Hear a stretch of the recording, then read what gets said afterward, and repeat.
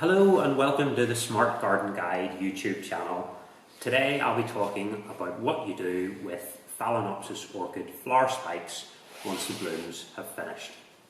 So this is my Phalaenopsis orchid, or moth orchid as they're commonly called, that I bought from the store about 5 months ago. As you can see, the blooms are gone. They've all fallen off in the last few weeks, and now I'm left with this flower spike. And the question is, what do I do with it, and how do I get the orchid to flower again, to produce more blooms as quickly as possible? Well, the short answer is, if you've got a healthy Phalaenopsis orchid, the best thing to do is to cut the flower spike part way up, and by doing this, there's around about a 50% chance that there will be more blooms that develop from the same flower spike. They might, the flower spike might grow an offshoot out to the side and produce more buds, or it might grow up from the end and produce more blooms that way. This is a good way of encouraging your orchid to bloom again quite quickly, sometimes within 6 or 8 weeks, rather than waiting maybe 6 to 9 months for a new flower spike to develop from the same plant. But you don't just want to cut the flower spike anywhere. There are a few important things to take into consideration, and if you cut it in the right place, you do increase the chances of more blooms developing. So the best place to cut Phalaenopsis orchid flower spike, certainly in my experience, is just above the top node on the flower spike.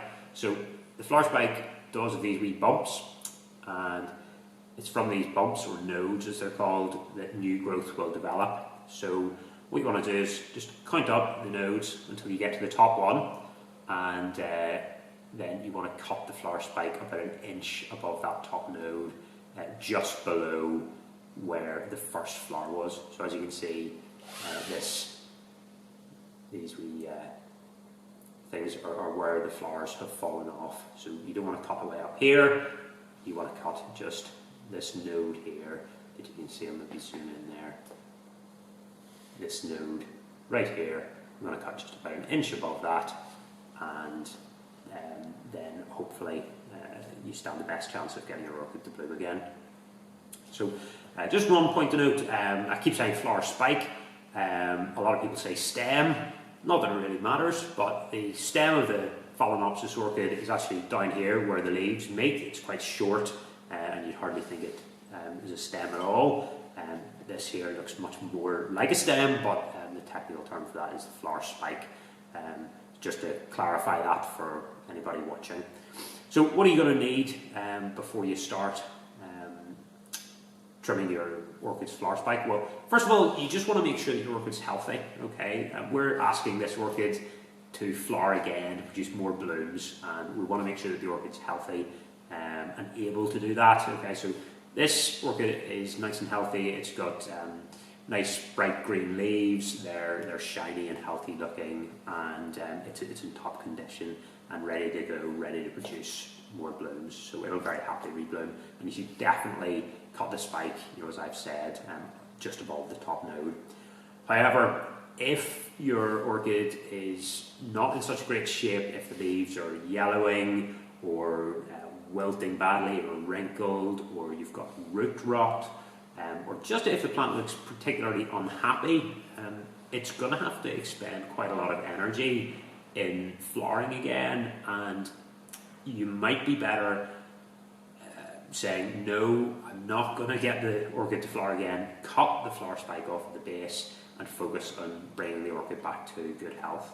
Because Phalaenopsis orchids can live for years, in fact decades. They can bloom once or twice per year during this time. So if you're playing the long game, you might be better making sure that your orchid is as healthy as possible. The other thing to watch for is this flower spike here is nice and green and healthy, but sometimes, and I'm not actually too sure why, sometimes the top will go brown and it'll just die.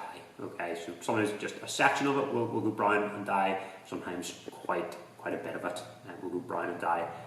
There's no point in cutting above this and expecting it to flower again. It's not going to work. So If your top node is brown or around it is brown, forget about it. You can try cutting it lower down, you may still have success, but if it's brown, it's dead, there's no getting it back.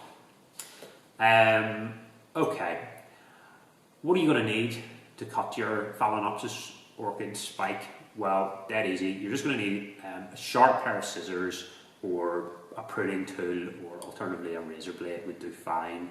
You want to make sure that whatever you use is sterile, so some rubbing alcohol or putting the blade under a flame is a good idea. It just kills any bacteria and make sure that you don't introduce disease to your orchid.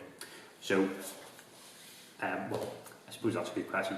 Yeah, before you trim it, you want to remove any stake and any little clips that you have around the spike. You can remove the stake safely, and then we've got our flower spike here. We just take our scissors and we just want to cut